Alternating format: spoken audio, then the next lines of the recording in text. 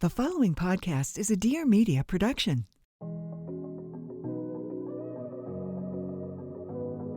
Hi, welcome back to the Real Stuff podcast. As you know, on this show, we have an application form for audience submissions. It's at luciefink.com/apply. And we get loads and loads of submissions. We have over 300 sitting in there right now. Honestly, I catch myself sometimes wondering why people are choosing to write in about this stuff and why they want to come on a podcast and talk about it openly. And I've asked that question to a handful of guests lately, and it seems like everyone's answer is kind of similar. And it's that when they were going through whatever it is they went through that was crazy enough to have them write in about, they were feeling extremely alone. And now that they're on the other side of it, the thought of coming onto a show and sharing about it openly, even if they keep themselves anonymous, feels like a good deed to do for someone out there who might currently be going through this and is currently feeling alone. Today's two audience caller stories were similar enough, but also just different enough that we could share them together in one episode. So today we're hearing from two people who experienced premature menopause, one in her early 30s and the other in her early 20s as a college student. What I found absolutely wild about both of these stories today is just how much these people's lives became engulfed in fertility preservation and family planning, especially at a time when neither of them was even close to settling down or wanting to have kids. One of our callers today was comfortable being on camera with her name and her face, so let's dive into that caller, Katie.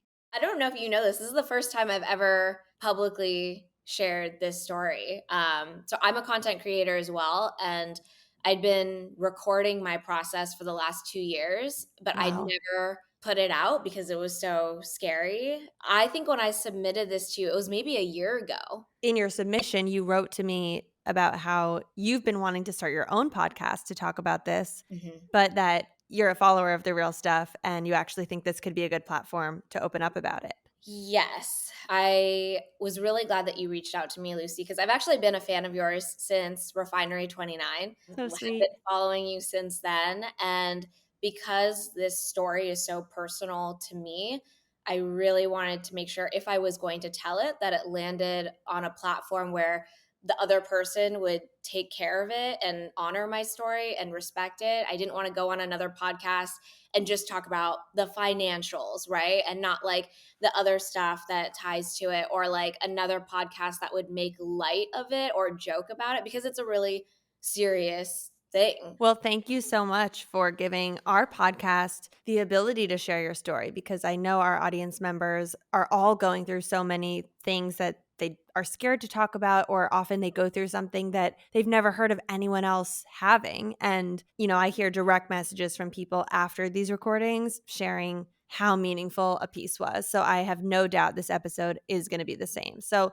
let's go back to how old you were when you first stopped taking birth control. Just bring us back to that time period and why you made the decision to try freezing your eggs. Yeah. So I had been working in tech for, I think, a decade at this time. And I was very fortunate because the company that I was working with, they were covering 80% of the costs if you wanted to freeze your eggs, which is an incredible benefit. I thought now is probably the best time to take advantage of it and use it while I thought I was still young. And so around January 2023 was when I started to do research into finding a doctor and looking more into it. I was using a site called Fertility IQ, where you can kind of like look up other doctors and try and find a specialist that worked for you. It's basically like a Yelp site for fertility doctors. In 2023, you were 31, 32. Yeah, 32. Were you in a relationship at that time? I was not. So was it one of those scenarios of noticing that some other people around you at your age were starting to have kids? You were not in a relationship, but knew that biological kids were something you would want to try for if you could. So you sort of were like, I'm just going to capitalize on my business giving me this large sum of money. I might as well do this and be safe. Yeah, there was really no reason for me not to do it. That's not to say that I wasn't a huge brat about it before I got started. I remember being like, oh my gosh, if I'm going to freeze my eggs, I can't travel, I can't have sex, I can't drink, all these things that were not like a normal constant in my life. But I was just complaining about how much of an inconvenience it was. So it's funny, the outcome of it now. But yeah, I had other girlfriends that also went through the process. They told me how easy it was, how empowering it felt. So there was really no reason not to do it. And the financial cost and how much my company was going to help me with it was a huge sell. What form of birth control were you on? I was just taking the pill, and I'd been on it since college. So you come off the pill, and then, of course, as people do when they come off the pill, they just wait until their cycle normalizes and until they start getting their period again. Yeah, so I had found my fertility doctor in March of that year, and she's like, "Okay, you're off the pill. Let's see when you get your next period. Once you get your period, then we'll start the process." April and May came and went. Still no period. And I was like, "Okay, I think that's probably normal because I was on my birth control for a really long time, really consistently." And then around May, we were still doing blood tests, and they were noticing that my FSH was really high. I think my FSH was really high, my estrogen and my AMH was really low. And so they were like, okay, that's actually not a great sign. And that's after doing many more tests, my doctors kind of came back to me and they were like, we think that you're actually in early menopause. And that's one of the reasons why you're not getting your period. You wouldn't have known that because your birth control was masking your menopausal symptoms. How many months went by between you coming off the pill and then realizing something was wrong and going in for testing? I came off the pill probably in February and then started doing the testing around like March, April. My understanding is when you come off the pill, people say it's normal for it to take 3 months, 6 months, maybe up to a year for you to really get your cycle back. What made you go in for the test? Were you feeling any strange symptoms aside from just not having the period? So anytime you're like thinking about freezing your eggs anyways, they always like take your blood tests. Oh. It's like even if you're doing that initial visit, they're always going to like test your blood. And so you keep going back and they always test it to see if there's like any changes. So they're already like constantly monitoring it. So when your doctor first uses the word perimenopause or early menopause, what is going through your mind? I mean, I'd never really even heard that term. I don't know anyone in my life that has gone through that. I think probably my first reaction was like, okay, so I can't freeze my eggs. Like, it didn't really register to me what that had meant because all I'd ever known about menopause was like, that's something that happens to women closer to their late 40s and 50s. Like, I'm in my 30s. I'm in my 30s hearing that people can have kids even in their 40s even. So like what do you mean? I think I was also really confused and upset because any one of my friends will tell you in my friend group I'm like a rule follower.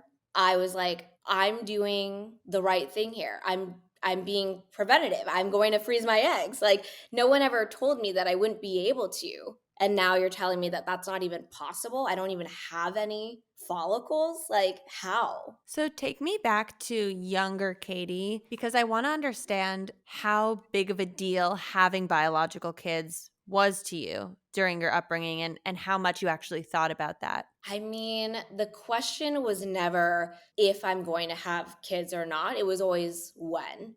And I think for me, I worked really hard in my 20s and my early 30s on my career. Sure, I dated around in my 20s, but never anything like so serious to the fact that I was like having those conversations with my partners. And then, of course, my parents are Asian immigrant parents, and all of my parents, my mom had my brother when she was like 21, and then she had me 5 years later. Mm. So at the age that I was already at, she'd already had her 2 kids. And so like the thing that she would always say to my brother and I was like, when are you going to settle down? When are you going to have a family? When are you going to have kids? Like give us grandkids and things like that.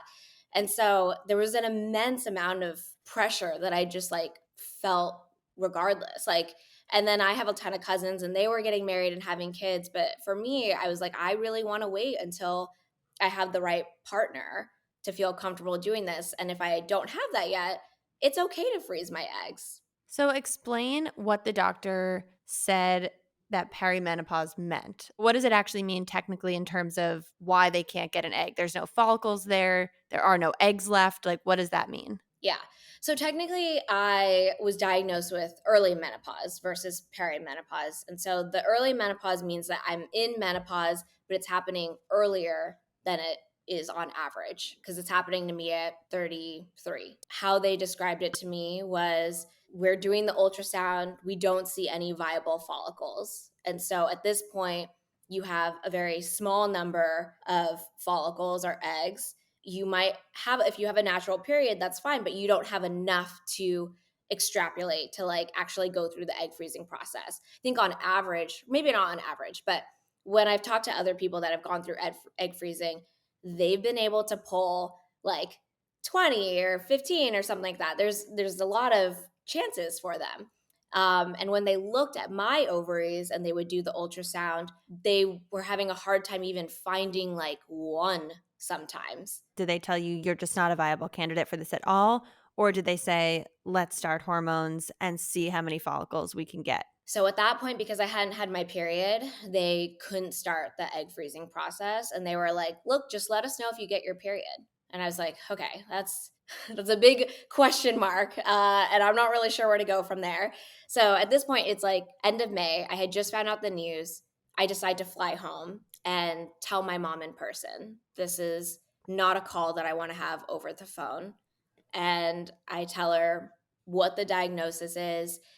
And I more so tell her because like I don't want her to keep saying to me like, when are you going to have kids? When are you going to have kids? Right? Because it's just not going to be an option at this point in my head. But then I get back to, and it's June, and I'm not giving up just yet. So I try and do a lot of research. I'm changing my diet.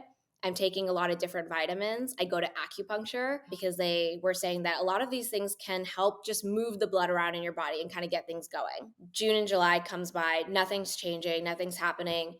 August, I get my period. And I'm like, what is happening? I call my doctor right away and she's like, come on in, let's take a look. And she's like, yeah, okay, we're doing the ultrasound. We see some stuff here. It might be viable. Like, let's try an egg freeze. And I do the injections. I don't get past even a week maybe of the injections. And my body is not responding to the medication. So we have to stop. And so that's pretty disheartening. But I'm like, okay, but maybe I'll get my period again. And I do the next month. And so I'm like, let's try again. Like, and this time there is like one follicle that they see and it starts to respond to the medication. And I get to the very end, to the part where they're going to retrieve, which I'd never gotten that. I wasn't even anticipating that I'd get that far. We go through the retrieval process. You know, they put me under. I remember waking up and my doctor's next to me and she's like, look, we knew that this was going to be tough. There was just one that we were trying to get and we didn't end up getting it. Before you continue here, can you explain for people how long this whole process takes of starting the shots and then getting to the retrieval? So I think it's different for everyone, which is why you go into your doctor's appointments like kind of frequently, like every few days, so they can monitor how your body is responding to the medication.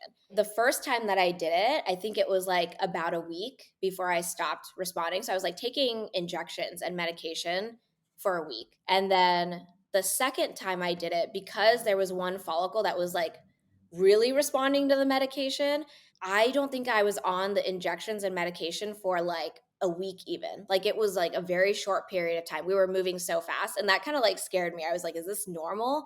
And they were like, yes, we're just like tracking the way like your follicle is responding to it. And so I remember feeling like I was on the medication for just like a handful of days. And then they were like, okay, and then we're scheduling your retrieval for this date. To be clear, having one follicle Is not normal. So what happens? You wake up, your doctor says, I'm sorry, we didn't get anything from that retrieval round. How are you feeling emotionally at this point? I'm pretty sure I just like broke down. I was like in tears and coming out of it. And like, I think they thought that I was going to be a little bit dizzy and like, you know, a little bit. For me, I felt like I was completely registering what they were telling me and I was just devastated. Mm. And they had to like, you know, wheel me out downstairs and my friend was picking me up. And I remember just uncontrollably like sobbing, like feeling like, oh my God, this was my one chance. I placed a lot of blame on myself. Like I was like, oh my God, I blew it. Like it was me. I felt so much guilt, like that there was something I did wrong, that, you know, this was so much money that went towards this, so much hope on this like one follicle. It was devastating. Like it's still, I mean, I remember that being like a really dark time for me, even coming out of that. We will get into the rest of the story here, but speaking of the money, you mentioned your work was covering 80% of it, making it an ideal time to go into one of these expensive procedures. Can you share what the total all-in cost of doing a round of egg retrieval was for you? So I don't actually have the cost for my second one, which is where I got from like the beginning to the finish of it. But like the first time I did it, it was about 6,000. And your work covered 80%. Yes, And I'm assuming the second one was more expensive because you got all the way through. correct. Now you wake up and you find out that second cycle yielded nothing. So do you get your period again for a third time? I do. And I try again. I was like, I'm gonna keep trying until I can do this, as long as my period comes. Because at this point, I'm like, how much longer am I gonna have my period for? So I gotta try. It's very similar to what happened in the first round, where I am on the medication, but my body doesn't respond, and we have to stop. Hmm. And at this point, we're close to the holidays. I am going to go home for it. And I thought it's not a good time for me to keep continuing to do this. And I think my friends were like, I think we got to just take a beat and like, let's carve out some space where you're not doing this like back to back to back. Because even just someone doing this like one round, it's very emotionally, mentally, physically taxing on your body. So to do it 3 Absolutely. times in a row, my friends were pretty concerned for me, and I was concerned for myself, but I knew I didn't wanna give up, but it was tough. I want to go back to the way you talked about how you needed to fly home to talk to your mom about this in person. I think it's a very common thing for women, specifically women in their 30s who are not in a relationship, to have parents, specifically mothers, who I guess could be described as people who often badger them about when are you going to settle down? When are you going to give me a grandchild? When are you going to be in a relationship? When are you having kids? There's got to be nothing more stressful than that pressure added on top of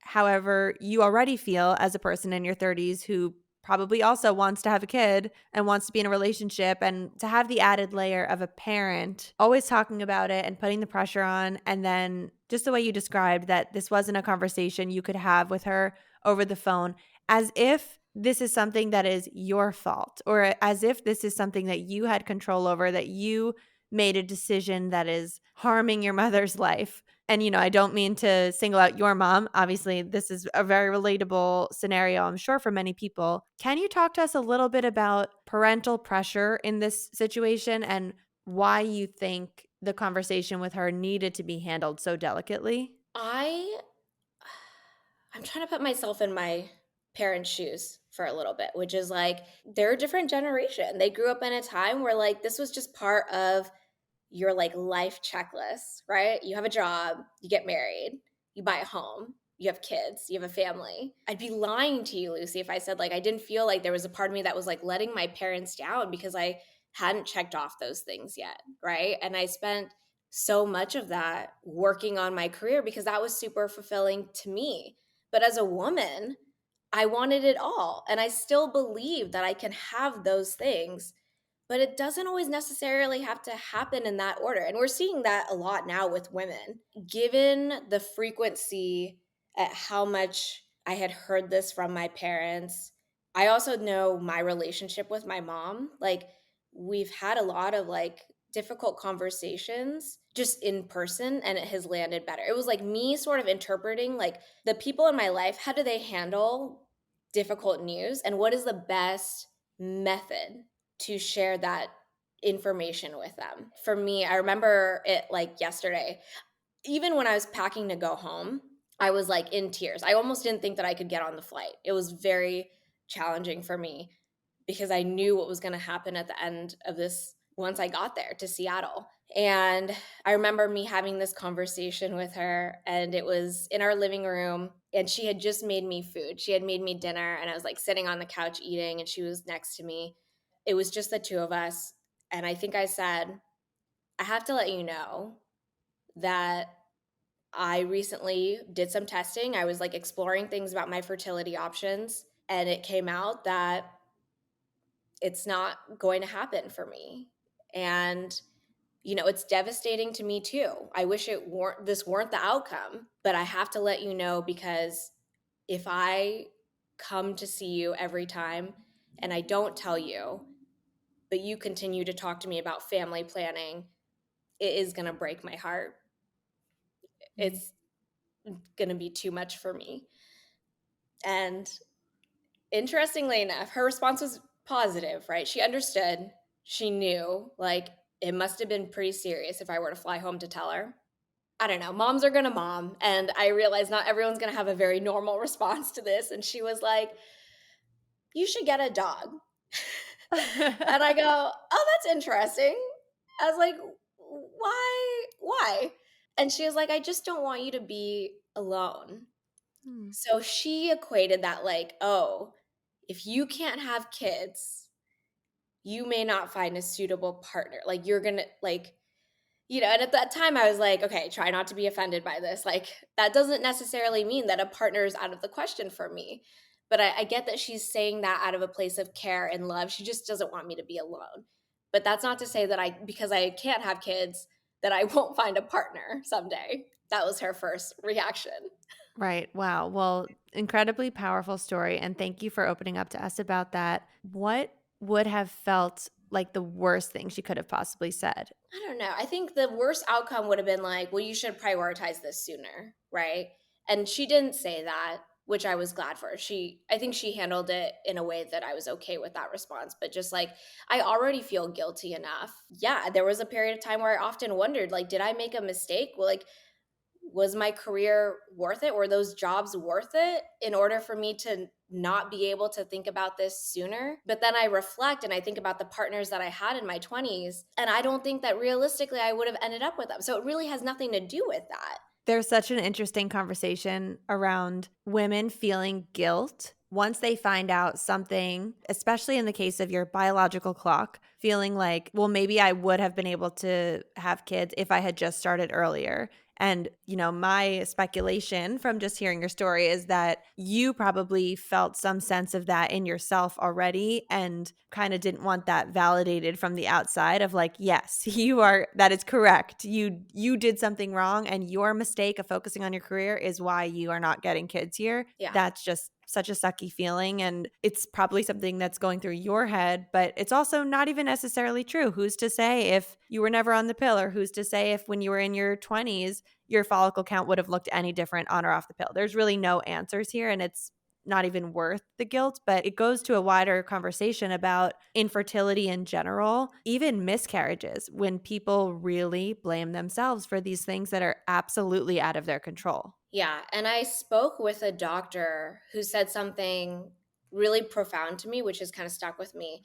But when I was like in that exploratory phase of looking for second opinions and stuff, she said to me, if you had come in and we looked at your ovaries when you were 21, we probably could have found something that was a little bit abnormal. But she was like, but why would you have done that? She was like, you were in college. You weren't thinking about family planning. She was like, you didn't have the means, the financial capacity to even pay for egg freezing at that time. She was like, you were in college partying your face off. Like, there's no way that you would have been thinking about that. And that has made me feel really great for a long time, because it's like, she was trying to tell me, like, there's nothing you could have done here. It just is what it is. And it's an awful feeling, but you would not have known unless you did it back then, but you would have had no reason to try and freeze your eggs. And she's like, even if you had gone in at 21, tried to freeze your eggs, I think people would be like, no, there's no way you need to do that yet. And where does that leave us today? So I took a break from the holidays, and my fertility doctor at the time was like, maybe you want to just get a second opinion. And she's like, let me refer you to someone. And I met a doctor in Encino. She took a look at my tests, my case, everything. I came to the doctor's office appointment and just sat down with everything, handed it to her, explained my story. And she was like, okay, let's try doing this naturally, no injections. We're just going to track your cycle. But the downside of this is that if it ends up working out, you're still going to end up pulling just one. And that's going to be a lot of money for just one. And I was like, I know. We tried that for several months and nothing ever came out of it. We never got to that point where we were even close to retrieval. So she kind of sat me down and was like, this is your decision. But you've got to determine, like, you can keep coming in every few weeks and we can keep looking. but it's also going to be your time and your money. And you don't have to get on HRT right now, which is hormonal replacement therapy. But at some point, you do need to make a decision on what makes the most sense for you financially, physically, all of that. I feel like in that last appointment, she was kind of being like, I think we've tried all that we can try, but it is up to you. And I decided to just end my egg freezing journey. At that point, my doctors were like, look, it's not like it's completely over for you. You could probably conceive naturally. Your chances are low, but like it could happen. But your body does not respond to egg freezing. Your body cannot freeze eggs. So, like, you have to accept that part of this. Do you feel like you have accepted that? Yes. After so many rounds of trying and 2 different doctors, like, I'm glad I got a second opinion. I needed to just move forward. It's not like it's easy, but there's nothing that we can do at this point. So at that point, I accepted it and I said, okay, I'm just gonna enjoy the rest of my year. If it's not urgent for me to get on hormonal replacement therapy now, I will do it at the end of the year. And this was like end of March. But then I started feeling some symptoms and side effects. And the first was like, I started feeling like tingling in my extremities. First, my right foot was like numb for like a month, and I had to go see a podiatrist. And I was like, Oh, wow. that's weird. I would like bend over in my home and like look in my bathroom cabinets or my kitchen island, and I would topple over. And I was like, I know I'm clumsy, but I'm not that clumsy. Like I don't know what's happening. And these are all signs of early menopause? It's like a potential symptom. So there's like lots of different symptoms, but it's like something is happening with my joints. And I'm not really sure why. And I had tingling in like my right hand and my right arm. And the way that I described it to my doctor was that it was like, I feel so weak. I feel like if someone pushed me over or I fell over, that I would like shatter. That's not normal. And so she was like, I'm going to schedule you for a bone density test. And so I go through one of those. Turns out I have osteopenia, which is one level below osteoporosis. And it is common when you are in menopause. Oh, wow. Yeah. And it's also common in Caucasian women and Asian women, I think, because because of the way their bone structure is. Now you're 35, and did you make the decision to go on hormone replacement therapy? It did. Yeah. So because of the symptoms that I was feeling, among a few other symptoms that I was experiencing, aside from the tingliness in my extremities and just me feeling kind of weak, I decided I'm not going to wait until the end of the year to get on hormonal replacement therapy. I need to start now. So I started it September of last year, and I take estrogen through a patch and I change it out twice a week. And then I take progesterone days 1 through 12 of every month.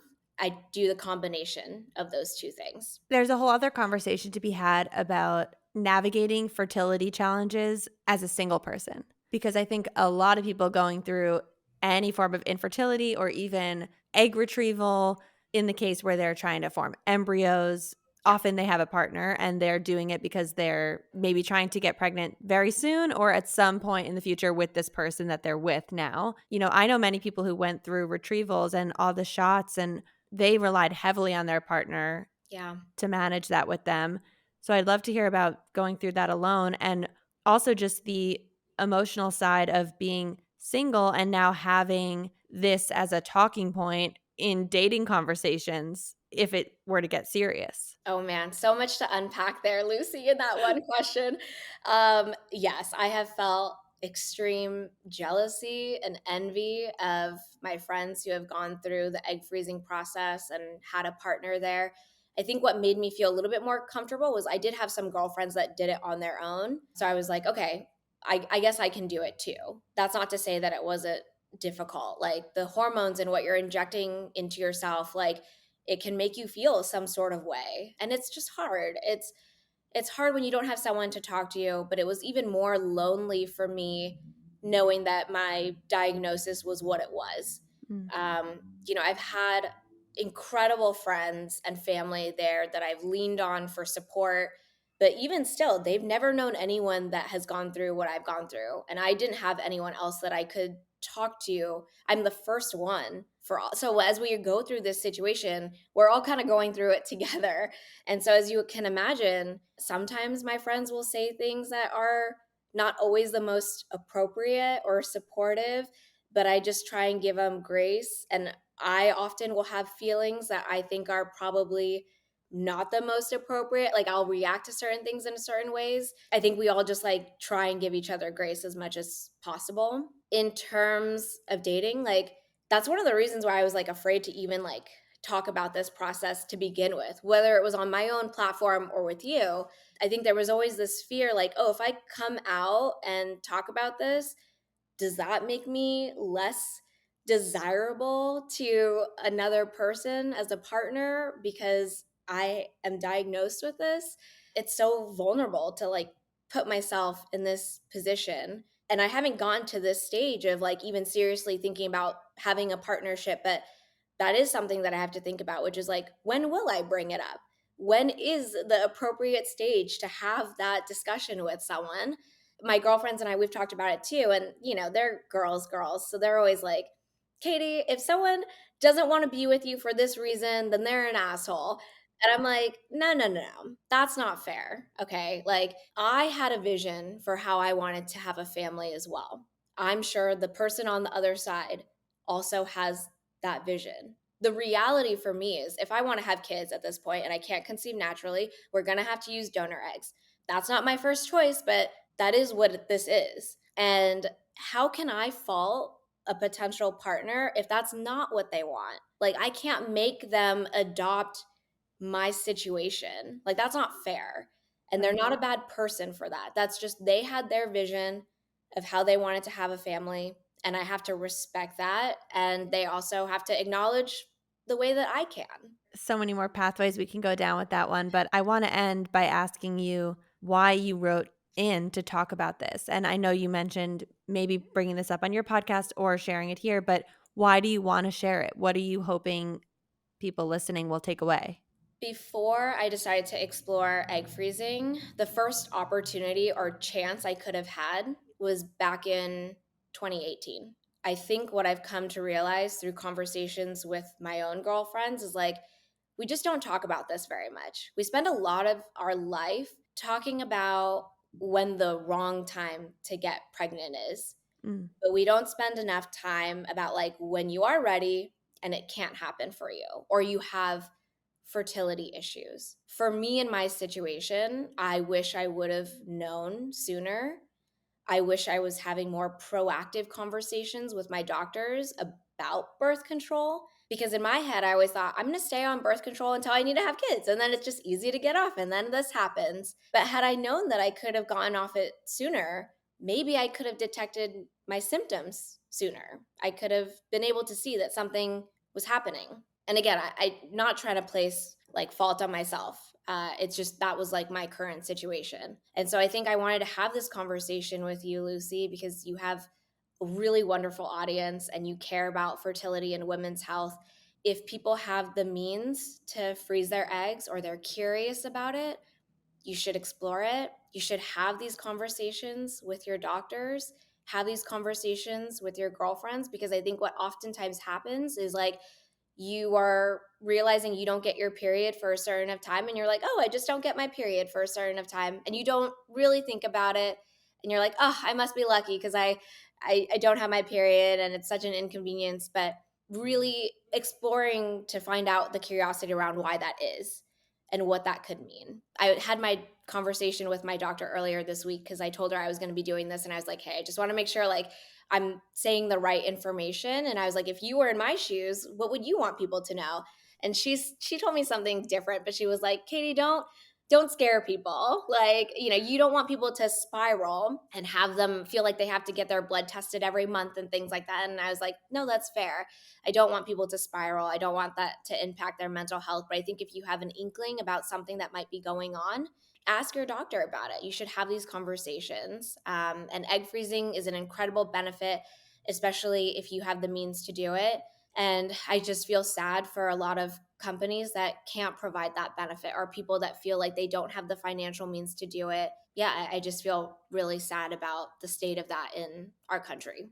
As do I. And thank you so much for coming on and telling your story so eloquently. And I speak for myself and also my audience. And I'm also speaking to my audience when I say I really hope that you and other people who are going through challenges like this can do as much internal work as they need to do to drop the guilt and to drop any sense of personal blame for issues like this. Because just like your doctor said, we can't figure out what would have happened if we had done something differently 10 years ago.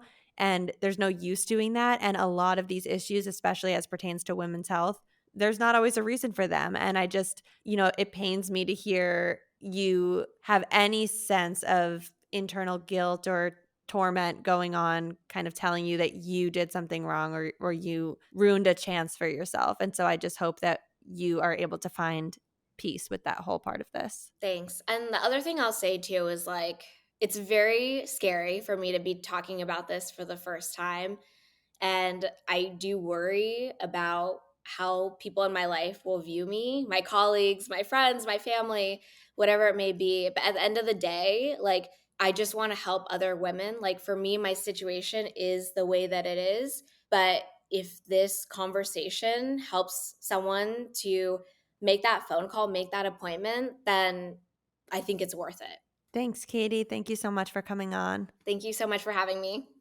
A huge thank you to Katie for opening up on our show and for choosing our podcast as the platform to share that. I just know, especially that conversation around boomer parents encouraging their children to have kids and settle down and kind of heckling them about that. I know that's going to be extremely relatable for a lot of single people out there who are in their late 20s and 30s. I also just want to call out, thank you again to Katie for coming on the show. With your face, it's really hard to get audience submissions where someone is comfortable being on camera. And I think especially for the YouTube viewers, it makes a huge difference. So our next caller, who's chosen to remain anonymous, I know I sort of mentioned this in the intro, but as you will hear, this caller's entire 20s has turned into a race to preserve her fertility. I think at this point, she's undergone something like 10 rounds of egg freezing, and she's doing everything under the sun that she could possibly do to get as many eggs as she can. And keep in mind, she's young. She's still in her young 20s. She's still single, and her entire life has become consumed with this. So I'm extremely grateful to have the chance to share her story on the podcast today in case someone else is going through something similar. I'll also share details down below in the description box or in the show notes for the support group that she mentions in this episode. All right, now let's dive in with our second audience caller. Mackenzie, welcome to the Real Stuff podcast. How are you? I'm good. How are you? Thanks for having me. Good. It's so great to see you again. We do have a way back when life connection that we won't dive too far into, but we'll just put it this way. I knew you when you were, 7, 8? Like 8, yeah. And I must have been 18. Yeah, something like that. And now here we are. And you wrote to me and you told me the story of what's been going on in your early 20s. Mm-hmm. So I want you to take us back to the first signs and symptoms, what started happening, and then just explain the story as if you're telling a friend. Sure. Okay. My senior year of college, I was getting symptoms that I couldn't not address, I guess. Throughout the day, I would get hot flashes. And I would joke with my friends that I'm in menopause and that I'm getting these hot flashes. I lived with 4 girls at the time. I think there were 5 of us, 4 girls. And one of my friends who lived on the same floor as me in our house runs hot, and she was always hot too, so I didn't think it was anything that crazy. It was a little bit weird, but I wasn't that concerned. And this is my senior year of college, and at night I would get especially hot. Like, I would wake up sometimes on the floor of my bedroom because, like, the wood floor was colder than being in my sheets. I went to school in Tennessee, which is a more conservative state. And from just being at school for 4 years, a lot of women's health care is not ideal, seeking healthcare there. I'm from New York, so I preferred to always see my doctor in New York for women's issues. And I always had my annual gyno right when I came home from school in around May. And during my graduation weekend, all the parents were there, including all the moms. And during my graduation party, I was getting hot flashes, and I was joking with the moms, like, I'm menopausal. And they're like, no, you're not. You're 22. Not even all the moms here are menopausal. Some of them are in their 40s. Probably a thyroid issue is what everyone kind of thought. And I didn't do any research, which I guess is atypical of me, to not look into anything on Google. Why am I getting hot flashes?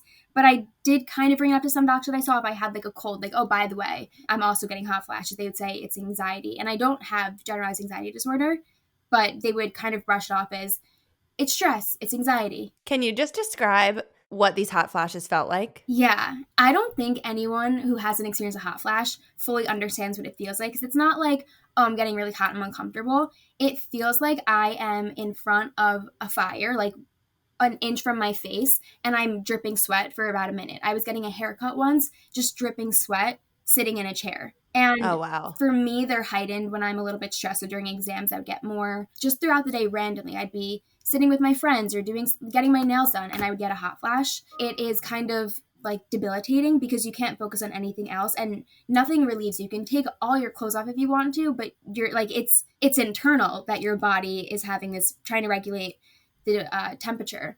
What's going on with your period cycle at this time? Okay, so I had an IUD, so I wasn't getting my period, which was normal. I went on birth control when I was 15 because my period was irregular, but that was also kind of normal in the first few years of your period, and I was on the pill from 15 to I think 21, and I would get the period that the birth control pill gave you at the last week, and then I got an IUD and I didn't really get my period, which was normal. Since getting my IUD out, I have gotten my period, which doctors said would not happen. So weirdly also, I do still ovulate. I have to use contraception, but that took me a while to find out, and just one doctor, who we can get into this later, but a clinical trial, and I got my IUD out, and then it turned out that through all of my monitoring, I still ovulate and I have to use contraception, which is crazy also because I saw maybe 7 doctors before this who all said, you won't ever be able to get pregnant, you don't even need to use contraception. And if I had gotten pregnant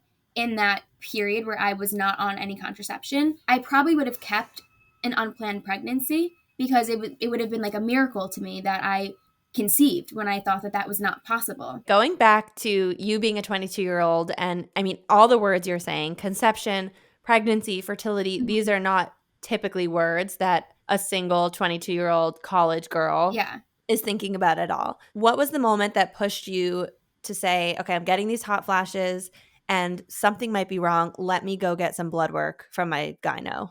Towards the end of school, I had what I thought was a UTI. My urine sample was red. It was just blood. So I went on meds to treat a UTI. And this was the last day of school. Like, I think after graduation, but a day before I was leaving Nashville to go back to New York. And I got a rash, so I called my doctor in New York and said, I have an appointment in a few days, but I have a UTI and I'm having a reaction to the meds. Can I come in earlier? So I ended up going in a day or two earlier than my routine appointment. And at that appointment, I mentioned that I was having hot flashes, and they said, I can do blood work, or I can do blood work when I come back in a few days. And I decided to go back in a few days, but I actually had a boyfriend at the time, and I called him and just gave him like a daily update, I guess, and told him that I'm not going to do blood work today. I'll do it in a few days. And he said, you've been having these hot flashes for a while. If anything is wrong, you should find out sooner rather than later. Because I also was going on birthright and then a post-grad trip in Europe with my friends for 2 months. So I wouldn't be in the US. So I went back, did blood work, and the next day I got a call from my gynecologist that I have primary ovarian insufficiency. And I had no idea what that meant. I mean, I know what those words mean. Like, okay, my ovaries don't work properly, but who really cares? Like, what? Okay. And then she said premature menopause. And I know what menopause means. I know that you can no longer conceive unassisted and all those other implications of menopause. And that was the moment that I realized my outlook of what family building will look like for me is going to be different. In that moment also, I figured, okay, I can just do egg freezing, no problem. Like, okay, I won't be able to have sex and get pregnant maybe, but okay, egg freezing or like embryo freezing. And then I realized after doing a lot of research, I'm probably not a candidate for that either. And that's when it really hit me. Why is that? So my egg count is really low, similar to what a 50-year-old's ovaries look like probably. So someone that's in my age group would probably have at least 10 follicles. I have 1, maybe 2. And also because what happens in menopause is your hormone levels change. I wouldn't respond to any of the stimulating medications that you use to do fertility preservation IVF. I wanted second opinions. I saw maybe 7 doctors to see if I can do anything. And to your point, this was not on the forefront of my mind at all. Family, like for me, I did not want to be a young mom. I wanted to be like in my at least 30, mid 30s maybe when I first started trying. And now my whole life revolves around family planning, even though I'm not even there yet. And then I ended up doing a clinical trial in New York it's called PRP. The research does not back it up at all, and it's not recommended. But through that trial, I ended up being able to freeze some of my eggs. So I do have 5 frozen eggs, but it took me, I think, 12 cycles to get there. 12 retrieval Yes, cycles. yes. And well, that is only the procedure. And I probably had done 15 to 20 where we had to cancel or stop a cycle because my follicle wasn't growing at all. So just to explain to someone, because I have a handful of friends who have gone through egg retrievals, when you're getting ready to go through a cycle, it's not just like you show up on ovulation day and they, harvest all the eggs. Yeah. Instead, you are getting hormone injections and it's a whole process leading up. Yeah. And then even before the retrieval, you're tested with an ultrasound to see if it's even worth going forward with it. Yeah. And for me, because I am not the typical candidate for IVF, I don't go in on day 2 of my period, start stimulation, and then do it for 2 weeks. Like, I kind of go in about twice a week just to see what my ovaries are doing, what my body's doing, because I'm not going to respond to any of the medications. How old are you right now? 25, but I was 22 when I was diagnosed. So when you started this process of talking about starting to freeze your eggs, how old were you? 22. So right around, now it's been 3 years. Are you basically saying that pretty much every period cycle since you made this decision, so every month of your life has been spent being tested, seeing if it's a good month to try doing a retrieval and like going in and is your arm just totally bruised from blood draws and everything like that? So I took a year off from 24 to 25, but honestly only because of insurance. And then I got new benefits through Maven Clinic. And so I'm restarting again. But yes, essentially I live with the doctor. Both my arms are always bruised. When I go for blood work for other things at other doctors, I always need to say, like, I'm doing fertility preservation. Like, that's why all my veins are bruised. My stomach always sore, like bruised, and like the injection points you can see. So yeah, I'm like a human pinboard. I want to talk a little bit about the psychology of being in your young 20s. Mm-hmm. None of your friends likely are talking about family planning, and now all of a sudden it's your whole life. Yeah. You said you had a boyfriend at the time. Yeah. When you first found out. Did you feel like having a conversation about this was scary for a boy? I mean, and also just what's going on with you as you now move forward and you're still so young. How is it all working in your head? It wasn't scary when I told my boyfriend. I think it was also helpful that he is in med school and he's a doctor. But at this time, we were together for 4 years. So really nothing was off the table. We knew everything about each other. I don't think he fully understood the gravity of the situation, but also, and maybe you can attribute that to being a guy not understanding like how you expected to get pregnant.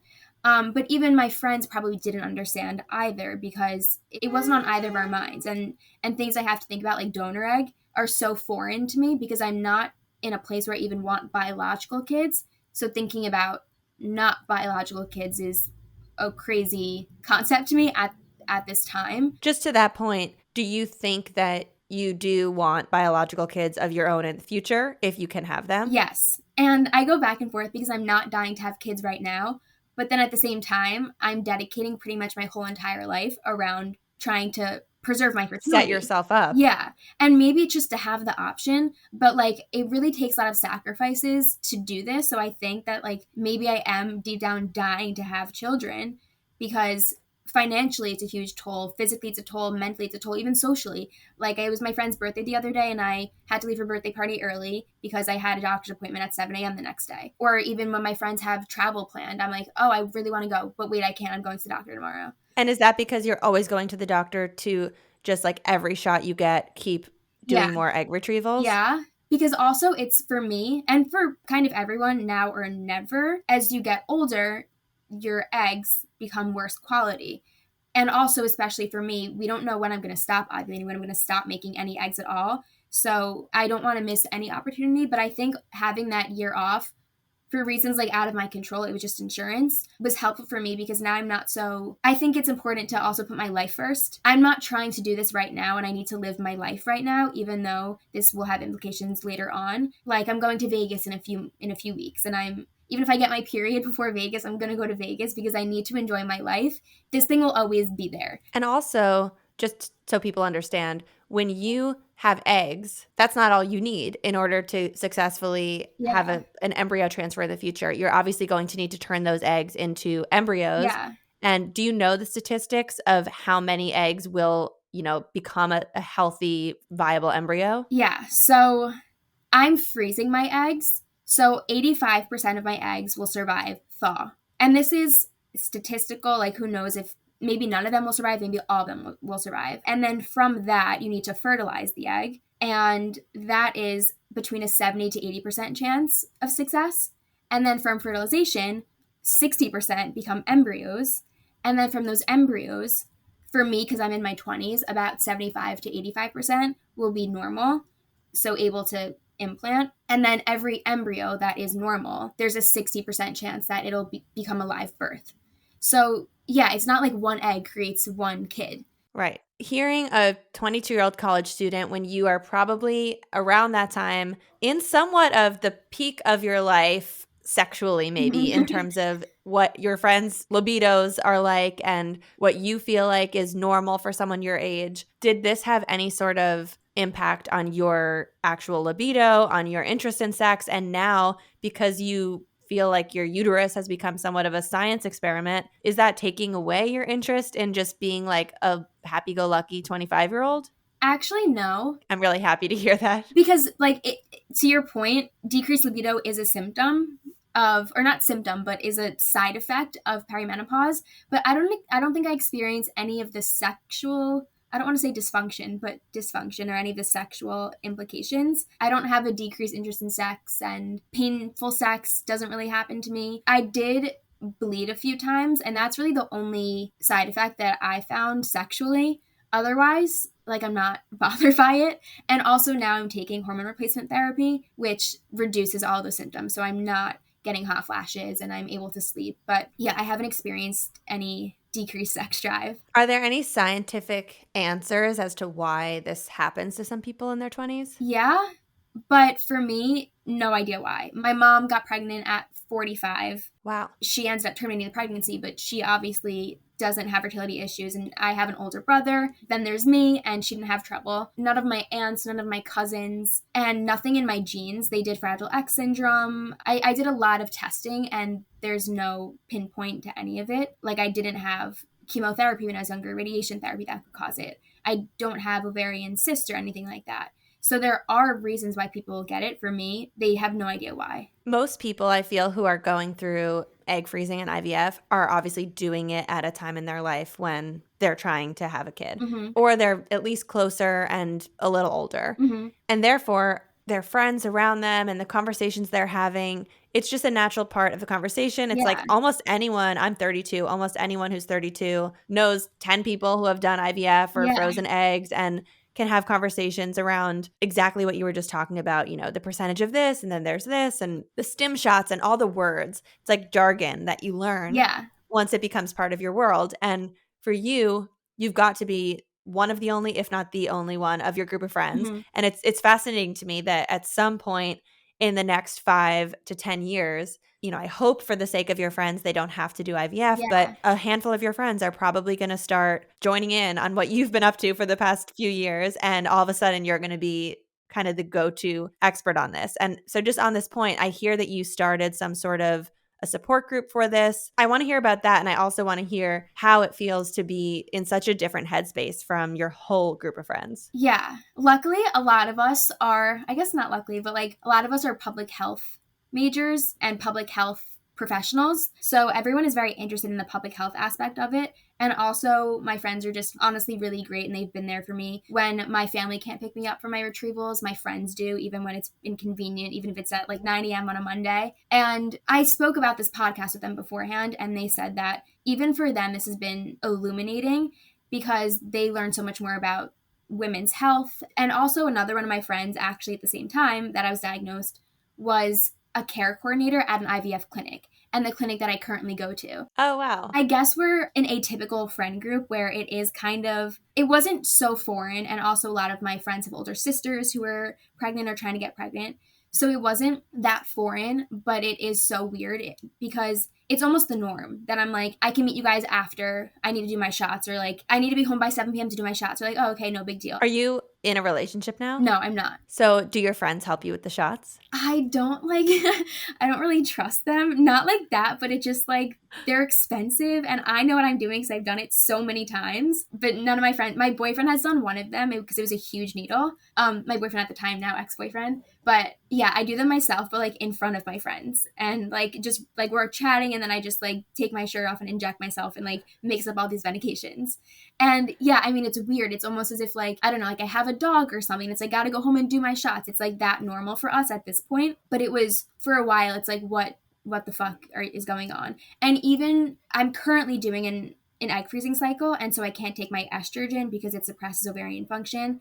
And I was complaining to my friends that my hot flashes are coming back. I'm like a doctor. I feel like I explain a lot about all these things that go into fertility and my medication. I had a boyfriend when I was first diagnosed and we talked about this, and it kind of led in a way to our breakup because I know that I need to start trying to conceive earlier for the best chances of having a biological kid if I don't use my frozen eggs. And I was like, whoa, I actually have uncertainties in a relationship.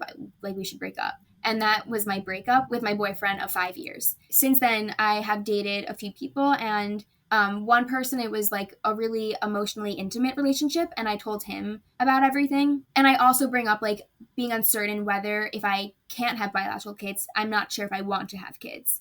And he was very supportive, and he's like, that's something that I really want. I know that I want kids. And we're like, we don't really see each other anymore, but that was kind of his perspective. And then this other guy that I was dating, he kind of knows not as much, but we talked about just donor eggs in general and donor sperm. And he made a comment like, that's not actually reproducing or having a family. And he knows that I might need to do that.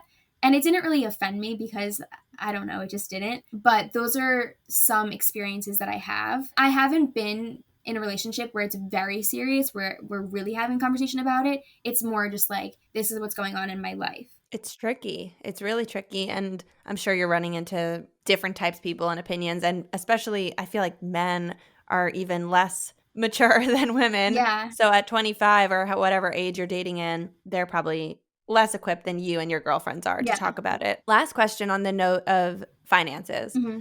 You mentioned having this great Aetna coverage that covered those cycles. Do you know off the top of your head how much everything you've done so far would have cost you had you not had insurance? Insurance is not like going to like your primary care doctor and it'll be free. Even with insurance, it still costs thousands and thousands and thousands of dollars per cycle. And also just the way that it's conducted through just a big insurance company like Aetna, like for example, it's more economical to pay out of pocket for your medications than through them.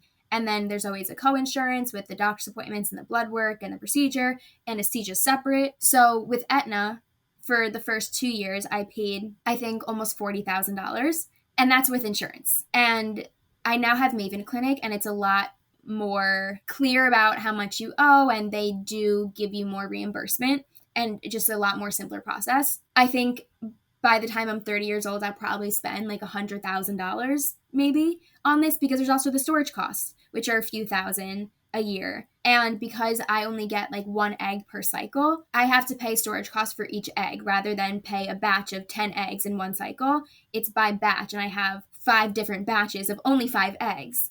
Right. So, they can't just like slip the egg in with the other frozen one. yeah, yeah. And also just even spending money for medication and the cycle being canceled. Yeah, I think the exact thing I have for my taxes like 2 years ago, I wrote it down, I think was like $39,000 or something like that. And because you were just fresh out of college, what field do you work in? I work in consulting. And so were you paying for this yourself, or is this something your parents helped with?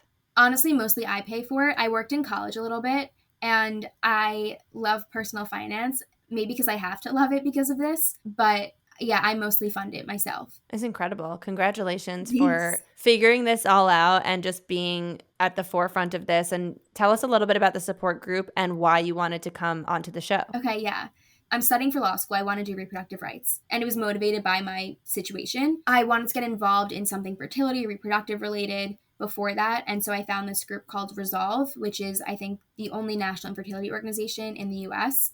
And they have peer-led support groups. So you have to have a personal connection to the cause to lead these groups. You choose any topic you want, you come up with it yourself and come up with how you host it, how you lead it. And I was apprehensive about whether to start one for POI, diminished ovarian reserve, premature menopause, because from what I knew, it is incredibly rare, like 1 in 10,000 people. So I figured no one would join. But I still started it anyway. And I ended up having 40 people that came, which was crazy. And everyone expresses how meaningful it is because we're the only people that we know that have this. So once a month, I lead the support group for people that are in a similar situation. And we just talk about life support, advice, or I talk about going on this podcast, or people that are going through fertility treatments. And I wanted to go on this podcast mostly because how meaningful that support group was for me. It just showed how meaningful it is for someone else to have that space. And they just found this page on Resolve. And for anyone else going through this, and people that aren't, or people that never will even,